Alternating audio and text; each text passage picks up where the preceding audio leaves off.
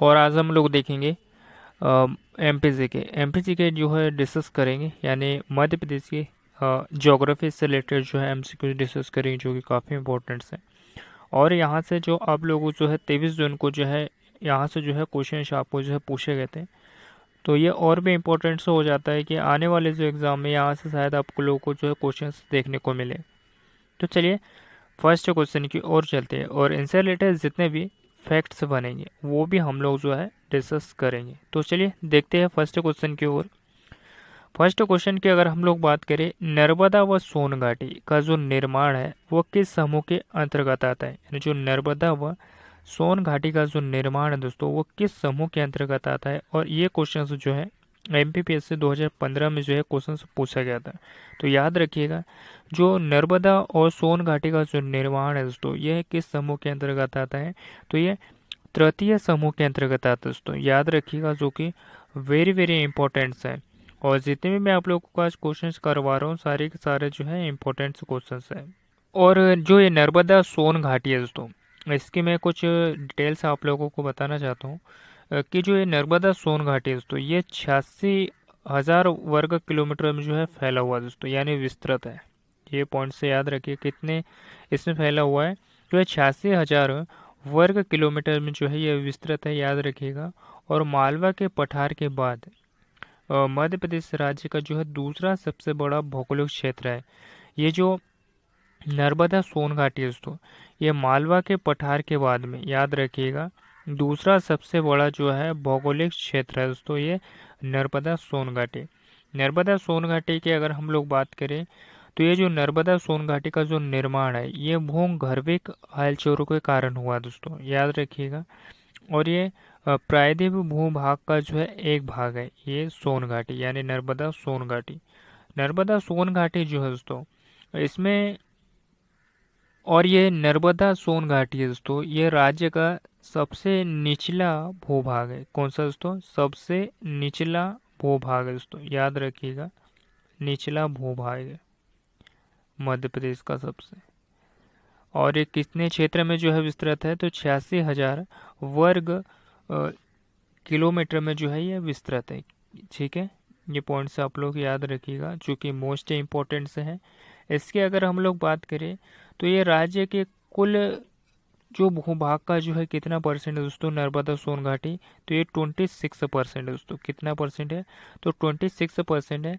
और इसके अगर हम लोग बात करें, तो ये जो है अनूपपुर, मंडला, डिंडोरी, जबलपुर, नरसिंहपुर, कटनी, सीधी, इन जिलों में जो है फैला हुआ है दोस्तों, याद रखिएगा। और ये सोन घाटी के ऊपर में जो उत्तर पश्चिमी वाला जो क्षेत्र है दोस्तों, यहाँ पे जो है कैमूर पहाड़िया में जो है स्थित है, इस नर्मदा सोन घाटी में। ठीक है, ये सारे फैक्ट्स आप लोग जो है याद रखिएगा, जो कि काफ़ी इंपॉर्टेंट हो जाते हैं परीक्षा के लिए। अगला क्वेश्चन देखते हैं। पृथ्वी की प्रथम कठोर चट्टानें, पृथ्वी की प्रथम कठोर चट्टानें जो है किस काल की मानी जाती है? तो इसके अगर हम लोग बात करें, तो पृथ्वी की जो प्रथम कठोर चट्टानें दोस्तों, वो किस काल की मानी जाती है? तो ये आग महाकल्प, जिसे ऑर्कियन चट्टानें भी कहा जाता है, याद रखिएगा। जिसे क्या कहा जाता है दोस्तों? तो ऑर्कियन चट्टानें भी जो है इसे कहा जाता है। और इस ऑर्कियन क्रम की चट्टानों की अगर हम लोग बात करें दोस्तों, तो ये सर्वाधिक जो है प्राचीन चट्टानें होती है, तो ये ऑर्कियन क्रम की चट्टानें। और ये चट्टानें जो है दोस्तों, इन चट्टानों की अगर हम लोग बात करें, तो ये जो चट्टानें हैं, और इन चट्टानों में जो दोस्तों जो आर्कियन चट्टानें हैं, इनमें ग्रेनाइट और सिस्ट, चरकोनाइट और नीस जैसे खनिज जो है इसमें पाए जाते हैं दोस्तों, ये ऑर्कियन चट्टानों में। ठीक है, और इनकी अगर हम लोग बात करें, जो ऑर्कियन चट्टानें हैं, ये जो है बुंदेलखंड के जो नीस है, इसे चरकोनाइट नीस के नामों से भी जाना जाता है दोस्तों। ये पॉइंट्स भी आप लोग याद रखिएगा। जो ऑर्कियन चट्टानें हैं, इसमें प्रमुख प्रकार का जो खनिज पाया जाता है नीस, जो कि जो बुंदेलखंड का जो क्षेत्र है दोस्तों, इनको नीस और चरकोनाइट नीस आदि के नामों से भी जो है जाना जाता है, जो बुंदेलखंड वाला जो क्षेत्र है। तो ये पॉइंट्स भी आप लोग याद रखिएगा। धारवाड़ क्रम की चट्टानें, धारवाड़ क्रम की जो चट्टानें होती है दोस्तों, ये जो चट्टानें होती है, ये जो चट्टानें हैं, ये ऑर्कियन जो नीस है और इसकी जो शिष्ट शैलें हैं, और इनके आच्छादन और अपरदन से प्राप्त अवसादों निक्षेप से हुआ दोस्तों धावकम की चट्टानों का, याद रखिएगा। और ये जो धारवाकम की चट्टानें हैं दोस्तों, इनकी जो खोज है कर्नाटक का जो धारवाड़ जिला है, यहाँ पे जो है इन चट्टानों की खोज की गई है। तो ये भी पॉइंट से याद रखिएगा आप लोग, जो कि काफ़ी इंपॉर्टेंट है। और ये जो धारवाड़ जिला यहाँ का, इसी के नाम पर जो है धारवाड़ चट्टानें जो है नाम रखा गया है। अगला क्वेश्चन देखते हैं। अगले क्वेश्चन की अगर हम लोग बात करें, थर्ड क्वेश्चन, पृथ्वी की सबसे पुरानी जो श्रृंखला मानी जाती है, तो पृथ्वी की जो सबसे पुरानी श्रृंखला जो है कौन सी मानी जाती है दोस्तों, ये अरावली श्रृंखला जो है मानी जाती है। और ये कहाँ पर स्थित है दोस्तों, तो ये राजस्थान में स्थित है, याद रखिएगा। और ये सबसे प्राचीन जो है श्रृंखला मानी जाती है, विश्व की भी मानी जाती है, ठीक है, जो कि काफ़ी इंपॉर्टेंट है। और इसके अगर हम लोग बात करें तो इसका सबसे ऊंचा जो पर्वत है दोस्तों, गुरु शिखर है, याद रखिएगा। कौन सा पर्वत है, तो गुरु शिखर पर्वत है दोस्तों, याद रखिएगा। और इसकी ऊंचाई की अगर हम लोग बात करें, इस गुरु शिखर पर्वत की ऊंचाई की अगर हम लोग बात करें, और इस शिखर की ऊंचाई की अगर हम लोग बात करें तो कितनी है इस शिखर की ऊंचाई, तो 1722 मीटर जो है इसकी ऊंचाई दोस्तों, याद रखिएगा। 1722 मीटर जो है इस गुरु शिखर पर्वत की ऊंचाई दोस्तों, जो कि अरावली श्रेणी की जो है सबसे ऊंची चोटी है, याद रखिएगा। और महादेव पर्वत जो है दोस्तों, और ये महादेव पर्वत की सबसे ऊंची चोटी की अगर हम लोग बात करें दोस्तों, तो ये महादेव पर्वत की सबसे ऊंची चोटी है धूपगढ़, जो कि मध्य प्रदेश की भी सबसे ऊंची चोटी है धूपगढ़। और इस चोटी की ऊंचाई की अगर हम लोग बात करें तो 1350 मीटर जो है दोस्तों इस चोटी की ऊंचाई है, याद रखिएगा। सतपुड़ा, सतपुड़ा की भी सबसे ऊंची चोटी दोस्तों यही है दोस्तों, जो कि इसी के अंतर्गत आती है, याद रखिएगा। अगले क्वेश्चन देखते हैं। अगले क्वेश्चन की अगर हम लोग बात करें, नेक्स्ट क्वेश्चन की अगर हम लोग बात करें, सतपुड़ा पर्वत, सतपुड़ा पर्वत की सबसे ऊंची चोटी जो है कौन सी है दोस्तों, तो मैंने अभी आप लोगों को बताया कि जो सतपुड़ा पर्वत की सबसे ऊंची जो चोटी है वो धूपगढ़ है। और ये धूपगढ़ जो चोटी है दोस्तों, ये महादेव श्रेणी के अंतर्गत आती है। किस श्रेणी के अंतर्गत आती है, तो ये महादेव पहाड़ी कह सकते हो आप लोग, या श्रेणी भी कह सकते हो। तो इस महादेव पहाड़ी की सबसे ऊंची चोटी दोस्तों धूपगढ़ है, और जिसकी ऊंचाई है 1350 मीटर है, याद रखिएगा, जो कि मोस्ट इम्पोर्टेंट है। और कैमूर पहाड़ी की अगर हम लोग बात करें दोस्तों, तो ये जो है मध्य प्रदेश और उत्तर प्रदेश और बिहार, इन तीन राज्यों में जो है दोस्तों इस कैमूर पहाड़ी का जो है विस्तार है। और इसकी अगर हम लोग बात करें, सबसे अधिक जो विकास इसका बुंदेलखंड और बैगिणगंज क्षेत्रों में जो है हुआ है। इसमें मुख्यतः बलुआ पत्थर, सैल और कांगलोम रेत की चट्टानें जो है पाई जाती है दोस्तों इस कैमूर पहाड़ी में, ठीक है, याद रखिएगा। मध्य प्रदेश में अगर बात करें हम दोस्तों, तो ये पन्ना और जो सतना रियो वाला जो झील है दोस्तों, यानी इस क्षेत्र में जो है कैमूर पहाड़ी जो है पाई जाती है। और इसमें जो है ग्रेनाइट चट्टानें भी पाई जाती है दोस्तों कैमूर पहाड़ी में, तो ये पॉइंट से याद रखिएगा। आबू की अगर हम लोग बात करें दोस्तों, तो ये जो राजस्थान में स्थित है। मैकल श्रेणी की अगर हम लोग बात करें, जो मैकल है, ये जो मैकल श्रेणी है ये सतपुड़ा के ही जो दोस्तों पर्वत चोटी है, याद रखिएगा, सतपुड़ा के ही अंतर्गत आती है एक पहाड़ी। अगला क्वेश्चन देखते हैं, यानी पांचवा, मध्य प्रदेश का जो क्षेत्रफल कितना है, यानी जो मध्य प्रदेश का जो क्षेत्रफल है वो कितना है। MPPSC 2010 में जो है क्वेश्चन से पूछा गया था कि जो मध्य प्रदेश का जो क्षेत्रफल है वो कितना है।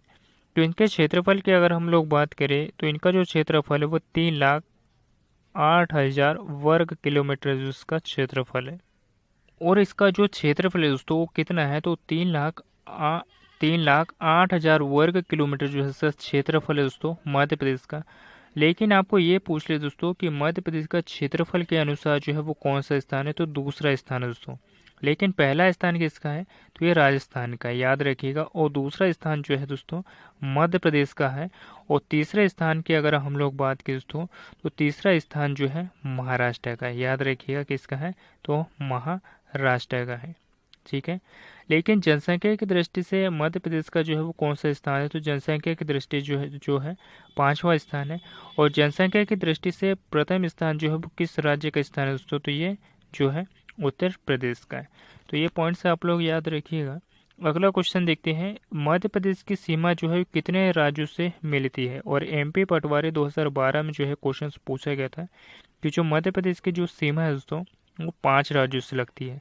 और इन 5 राज्यों की अगर हम लोग बात करें तो ये उत्तर प्रदेश दोस्तों, याद रखिएगा। उसके बाद में आ जाता है राजस्थान, फिर महाराष्ट्र, छत्तीसगढ़ और फिर आता है दोस्तों गुजरात।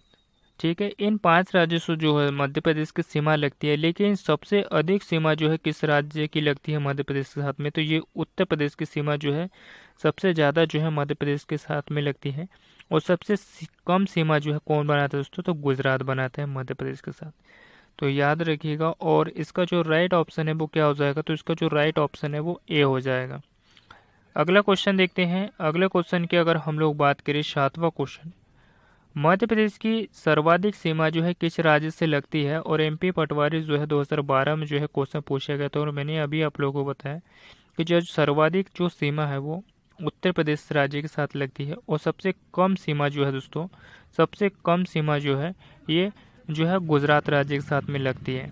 अगला क्वेश्चन देखते हैं। मध्य प्रदेश की न्यूनतम सीमा जो है किस राज्य से लगती है, तो मैंने अभी आप लोगों को बताया कि जो न्यूनतम सीमा है दोस्तों ये गुजरात राज्य के साथ में लगती है। ठीक है, और वैसे तो मध्य प्रदेश की सीमा जो है 5 राज्यों से लगती है, जो कि गुजरात, राजस्थान, महाराष्ट्र, उत्तर प्रदेश और छत्तीसगढ़ से लगती है। अगला क्वेश्चन देखते हैं, नेक्स्ट क्वेश्चन, 9वां क्वेश्चन। अगले क्वेश्चन की अगर हम लोग बात करें, जो मध्य प्रदेश की जो सीमा है ये गुजरात राज्य के जो है वो किस जिले से लगती है, तो ये बड़ोदरा से लगती है दोस्तों, याद रखिएगा। अगला क्वेश्चन देखते हैं। कर्क रेखा मध्य प्रदेश के कितने जिलों से होकर गुजरती है दोस्तों, तो जो कर्क रेखा है ये मध्य प्रदेश के जो है वो कितने जिलों से होकर गुजरती है, तो ये 14 जिलों से होकर गुजरती है, याद रखिएगा। और इन 14 जिलों की अगर हम लोग बात करें दोस्तों, तो मैं आप लोगों को डिस्कस करवा देता हूँ। और इन 14 ज़िलों की अगर हम लोग बात करें जो कि कर्क रेखा से जो गुजरते हैं, तो वो इन 14 ज़िले दोस्तों के जो रतलाम है, और ये मध्य प्रदेश के 14 ज़िले हैं। ठीक है, याद रखिएगा, मध्य प्रदेश के 14 ज़िले दोस्तों, मध्य प्रदेश के। तो ये रतलाम है, उज्जैन है, आगरमालवा, राजगढ़, सीहोर, भोपाल, विदिशा, रायसेन, जबलपुर, सागर, दमोह, कटनी, उमरिया और शहडोल। ये 14 ज़िले दोस्तों मध्य प्रदेश के जो कि कर्क रेखा से गुजरते हैं। और आप लोगों को जो सभी के सभी जो है याद होने चाहिए, जो कि काफ़ी इम्पोर्टेंट्स है। और भोपाल ऐसा संभाग है दोस्तों, भोपाल ऐसा संभाग है जिसके सभी जिलों से होकर जो है ये कर्क रेखा गुजरती है। जैसे कि राजगढ़ हो गया, सीहोर हो गया, विदिशा हो गया, रायसेन हो गया, यानी इन 5 जिले से होकर जो है दोस्तों कर्क रेखा गुजरती है। लेकिन आपको ये पूछ ले कि भारत के जो है कितने राज्यों से होकर जो है कर्क रेखा गुजरती है, तो इनकी भी हम बात कर लेते हैं। तो भारत के जो राज्यों से होकर गुजरती है जो कर्क रेखा, तो उनके भी बारे में हम लोग जो है डिस्कस कर लेते हैं। जैसे कि गुजरात राज्य से होकर गुजरती है, राजस्थान, मध्य प्रदेश, छत्तीसगढ़, झारखंड, पश्चिम बंगाल, त्रिपुरा, मिजोरम। तो भारत के भी जो है 8 राज्यों से होकर जो है कर्क रेखा गुजरती है। तो याद रखिएगा, जो कि काफ़ी इंपॉर्टेंट है। अगला क्वेश्चन देखते हैं। अगले क्वेश्चन की अगर हम लोग बात करें, तो जो अगला क्वेश्चन है हमारा 11वां क्वेश्चन, मध्य प्रदेश की किस युग की चट्टानों को साक्ष्य नहीं मिलते हैं। तो मध्य प्रदेश में जो है किस युग की चट्टानों के जो साक्ष्य है दोस्तों वो नहीं मिलते हैं। तो इनकी अगर हम लोग बात करें, तो जो द्रविड़ संघ के जो है दोस्तों, द्रविड़ संघ युग की जो चट्टानें दोस्तों, इनके जो साक्ष्य है वो हमारे मध्य प्रदेश में नहीं मिलते दोस्तों, याद रखिएगा, जो कि काफ़ी इंपॉर्टेंट है। अगला क्वेश्चन देखते हैं। मध्य प्रदेश में कोयला जो है किस समूह की चट्टानों में पाया जाता है। तो मध्य प्रदेश में जो कोयला है दोस्तों ये किस समूह की चट्टानों में जो है पाया जाता है। तो ये एमपी पटवारी 2012 में जो है क्वेश्चन पूछा गया था, और ये एमपीपीएससी में भी जो है क्वेश्चन से पूछा गया दोस्तों, याद रखिएगा। और इसके अगर हम लोग बात करें, तो जो कोयला है ये गोंडवाना क्रम की चट्टानों में पाया जाता है, याद रखिएगा, जो कि काफ़ी इंपॉर्टेंट से है। और मध्य प्रदेश में जो कोयला है दोस्तों ये किस ज़िले में पाया जाता है, तो सिंगरौली वाला जो ज़िला है दोस्तों, यहाँ पे कहा जाता है कि 135 मीटर जो है मोटी परत जो है कोयले की परत पाई जाती है, याद रखिएगा। और इसे जो है सिंगरौली को जो है इसीलिए जो है ऊर्जा राजधानी भी जो है कहा जाता है। और जो सोहागपुर वाला जो क्षेत्र है मध्य प्रदेश का, यहाँ पे भी जो है कोयला जो है बहुत ही अधिक मात्रा में जो है पाया जाता है। धावा क्रम की चट्टानों की अगर हम लोग बात करें दोस्तों, जो धावा क्रम की चट्टानें हैं इसमें जो है ये जो धावा कम की जो चट्टानें दोस्तों, कर्नाटक की जो धारवाड़ जिला है दोस्तों, कर्नाटक का धारवाड़ जो जिला है, इसी के नाम पर जो है धावा कम की चट्टानें, मतलब धावा जो है नाम रखा गया है। इन चट्टानों से जो है दोस्तों स्लेट, इन चट्टानों जो है स्लेट खनिज से जो है निकाला जाता है, यानी इसमें मिलता है। और शिस्ट होगा, नीस खनिज जो होगा दोस्तों इसमें मिलता है। ग्रेनाइट, फाइलाइट, क्वार्टजाइट जो है इन चट्टानों से जो है प्राप्त किया जाता है। विंध्यन समूह, विंध्यन समूह की जो चट्टानें हैं दोस्तों, जो विंध्यन समूह की अगर हम लोग बात करें, विंध्यन क्रम की जो चट्टानें हैं, ये जो चट्टानें हैं दोस्तों, इनकी अगर हम लोग बात करें तो ये जो चट्टानें हैं, इनका निर्माण जो है प्री कैब्रियन युग से माना जाता है। प्री कैब्रियन युग से जो है दोस्तों ये विंध्यन क्रम की जो चट्टानों का जो है माना जाता है कि जो है इतनी पुरानी जो चट्टानें हैं, मतलब। और ये जो विंध्यन क्रम के जो समूह की जो चट्टानें दोस्तों, ये मध्य प्रदेश हो गया, राजस्थान, गुजरात, उत्तर प्रदेश, बिहार और झारखंड राज्यों से हुआ है दोस्तों इनका जो क्षेत्र। और इसकी अगर हम लोग बात करें तो इस जो विंध्यन क्रम की सबसे ऊंची जो चोटी है दोस्तों, ये सद्भावना चोटी है, याद रखिएगा सद्भावना चोटी है। और कई बार जो है क्वेश्चन में आप लोगों को पूछा गया है एमपीवीएससी में। तो इसकी सबसे ऊंची जो चोटी है वो सद्भावना चोटी है दोस्तों, विंध्यन समूह की। और इस चोटी की ऊंचाई जो है 752 मीटर है। इस चोटी की जो ऊंचाई है वो 752 मीटर जो है इस चोटी की ऊंचाई दोस्तों, याद रखिएगा, चूँकि मोस्ट इम्पोर्टेंट है। कोड़प्पा क्रम की चट्टानों की अगर हम लोग बात करें, ये भी जो चट्टानें दोस्तों प्री कैब्रियन युग में जो है आर्कियन चट्टानों के जो आच्छादन और अपरदन से प्राप्त जो अवसादे होते हैं दोस्तों, इसके निक्षेप हुआ है।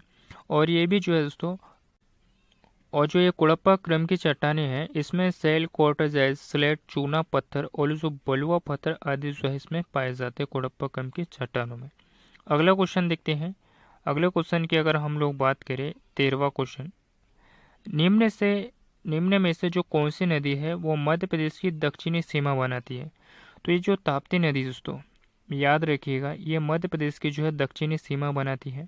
और इस नदी की अगर हम लोग बात करें तो ये जो है बैतूल ज़िले की जो मुल्ताई तहसील है, याद रखिएगा, बैतूल ज़िले की जो मुल्ताई तहसील है, यहाँ से जो है इसका उद्गम हुआ है दोस्तों, याद रखिएगा। और ये ऐसी नदी है जो कि पश्चिम दिशा की ओर बहती है दोस्तों, और अरब सागर में जाकर गिर जाती है गुजरात के पास में। अरब सागर में जाकर गिर जाती है दोस्तों ये गुजरात के पास में।